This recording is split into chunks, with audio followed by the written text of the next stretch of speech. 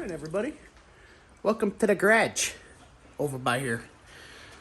Today, we are going to put up our outside lights, at least just the ones on the roof. We have one minor hitch in the giddy up, if you will. It snowed. Holy crap. Is this some kind of apocalypse? Look at this. Holy. Yeah, those are European starlings over by there. Look at that. Hold on. This is outrageous.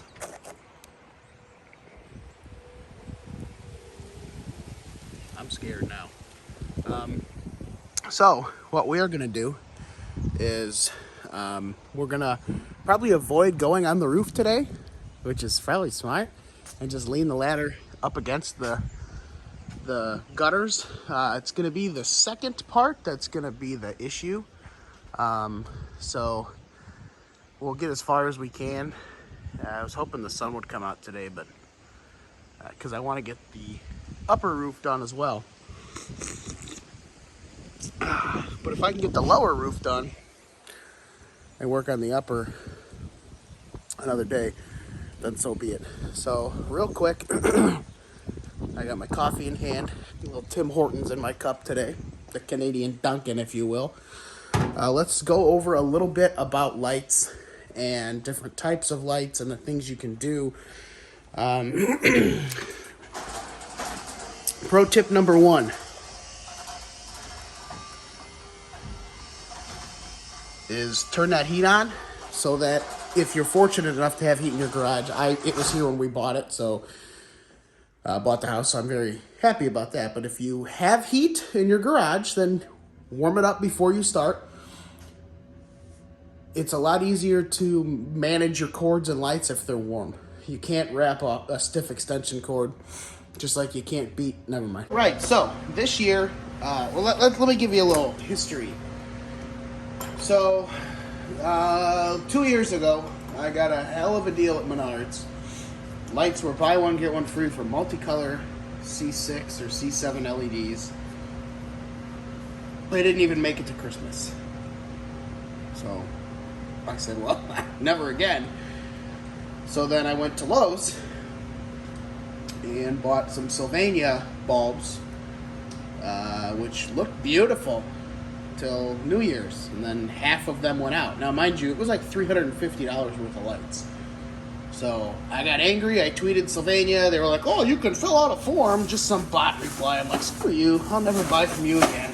So I did what any good, astute individual ought to do. And I went to Ace. Should have went there to begin with. That's where I worked for many years part-time. So I picked up the Ace Celebrations Platinum professional grade bulbs, C9s, and they're faceted, so they've got these little diamonds cut into them. I like the warm white because they're nice. This is their commercial grade, professional grade, 15-year guarantee, so hang on to your receipt. They're 25-foot lit lengths, and you can connect up to 45 strands. They're brighter than most. They don't flicker. They won't tangle, so they say stay shine. So if one goes out, they will not all go out. It says light string stays on even if a bulb is out.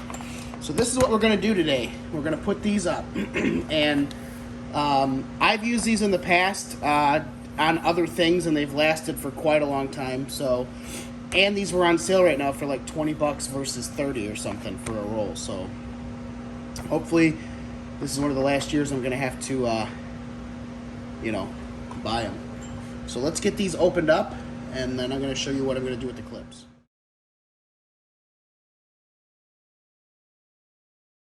Oh.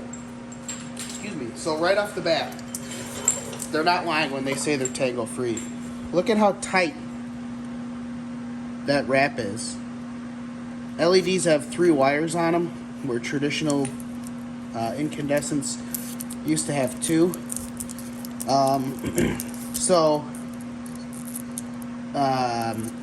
And I'm just going to troll my buddy Alan Hain, the lawn care nut, There's a video out there in the internet world where Al got very triggered and got, well, matter of fact, he got very boomer, even in his younger days, that there's 3 wires on LED. I hate them. They suck. I mean, I'm pretty sure he's quoted as saying that. No problems here. So I just wanted to, bust Al's chops for a minute. So they're spaced apart decently. And what we're going to be doing, by the way, you want to pull your extra fuses off of your lights. They're usually on the female end of the plug. So keep those fuses because they like to get lost, or people will leave them up there and then they get all screwed up in the winter. So what we're going to do this year is these are just what they say, gutter and shingle clips. There's a million brands out there, but it's good to put your bulbs in. These are leftovers from last year. What happens is people leave these out too long and they get really brittle, and they do that and they break. So, but how we're going to do this is we're going to take each bulb and we are going to put it in each clip, just like this. And I want them to face up. If you face them down, they'll bounce off your house and look like crap. If you face them out, they're not that bright. But, and what you can do actually is you can plug them in ahead of time and make it so that you can see which way they light the best. And you want to be anal about it. You want to make sure they're all the same. So I'm going to put this little teat, if you will, in the same spot on each clip so that we're ready to go and they're all uniform. And we're going to pre-clip all of these. Let's plug these in real quick and just see how they look. And then I'll show you that it's actually really good plastic. They sound like glass, but they're not. So let's plug these in real quick. Oh, it's beautiful! Hallelujah! So you want to look at them. Is that bright or is that brighter? So that's not that bright. Look, so you want them to be up like this. So that's how we're going to put them. I love it! So I'm going to go ahead and knock all this out, and then I'll meet you guys on the outside. I'll see you on the outside. All right, so quick update. Got my bearded irises cut down a little later than normal this year. Normally I cut them just before they harden off. These guys stayed green, but this is kind of what you want to leave. But there's all this stringy crap that is just kind of here. I'm going to blow all this out. You don't want to leave a bunch of leaves in there. It'll introduce, there's some kind of a mite that lives in leaves that eats because the irises they're a big rhizome.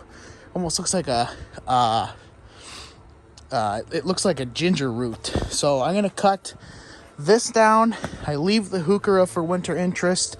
I leave the chives for winter interest. I leave the hostas and Stella Diorith to just have some protection from themselves.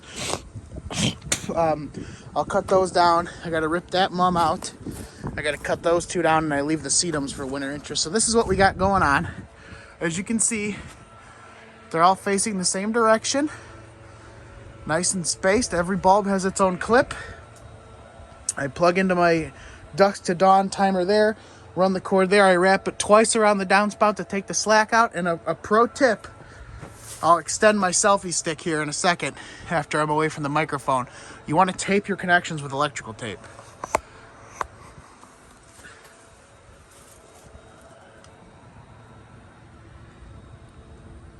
Just like that.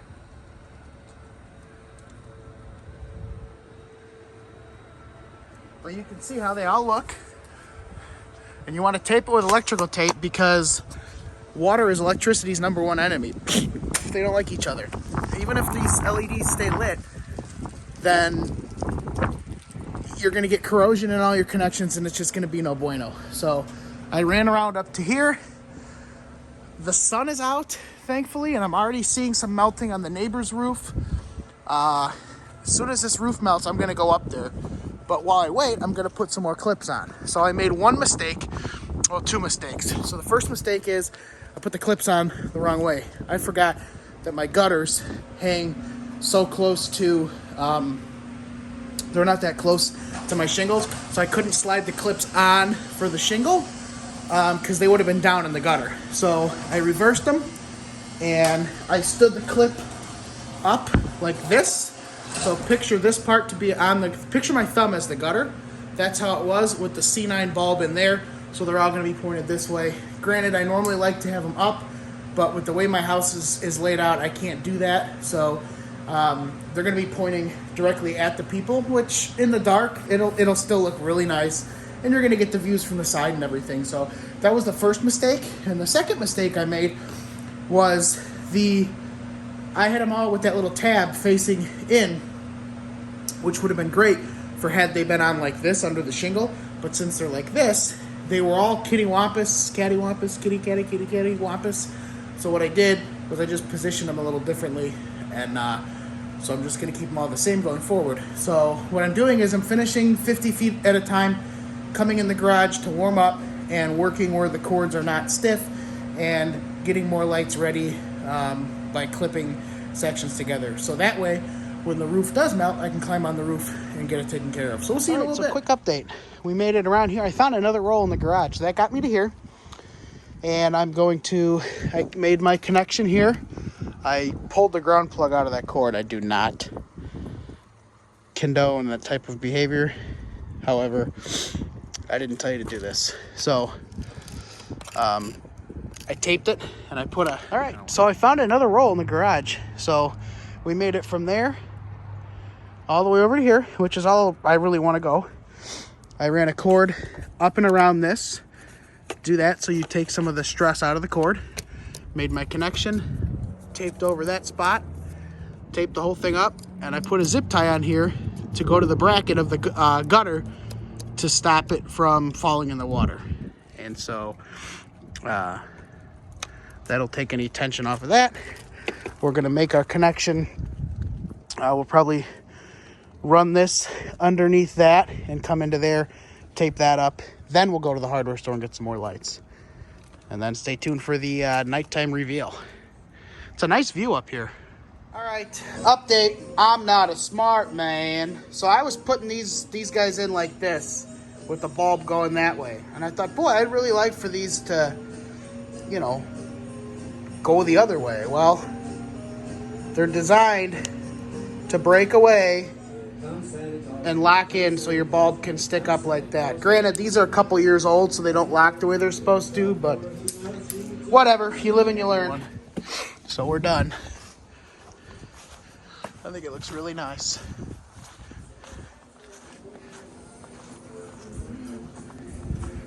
Oh my Lord, it's the Duchess of Turf. So I'll show you guys when it's totally dark, but I'm happy with it. Simple, elegant, sophisticated, all the things a good old hillbilly is. Clean up my mess here.